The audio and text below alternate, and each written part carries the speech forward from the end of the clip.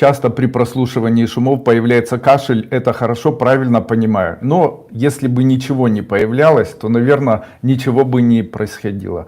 А так как у вас что-то появляется, кашель является рефлексом наших легких на наличие мокроты или частиц в самом легком. В случае, если шум влияет каким-то образом на ваше легкое и включается этот рефлекс, то это говорит о том, что легкие очищаются. Ну, значит, правильно, раз вы кашляете. Наташа Казакова, подскажите, пожалуйста, как легко пройти таможню? В предыдущий раз были проблемы, может, делала что-то не так. Досмотр был с пристрастием. Спасибо большое за ответ.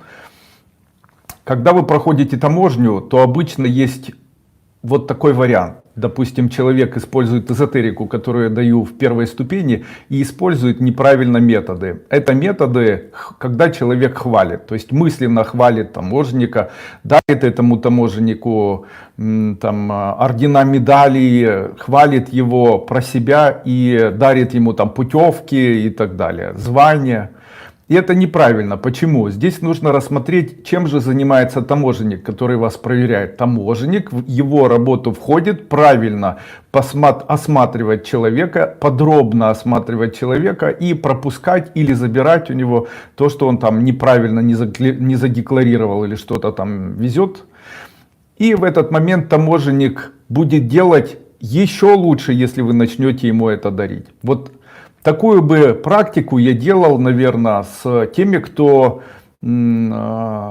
обкладывает плиткой пол, строителями, допустим.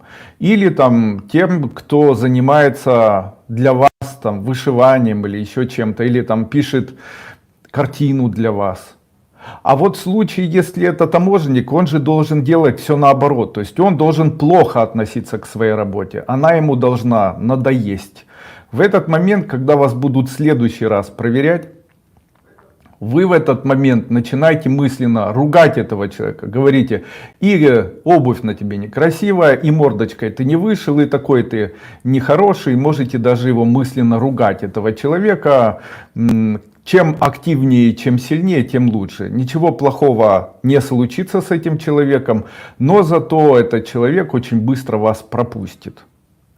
Очень большое количество есть эзотерических практик, которые я даю на первой ступени. Это сделать белый путь и пройти по белому пути. Это использовать метод, который я назвал дикобразом, с гайкой и лентой, взятый мной из фильма, который называется «Сталкер» Андрея Тарковского. Проходите правильно ступени, бесплатно.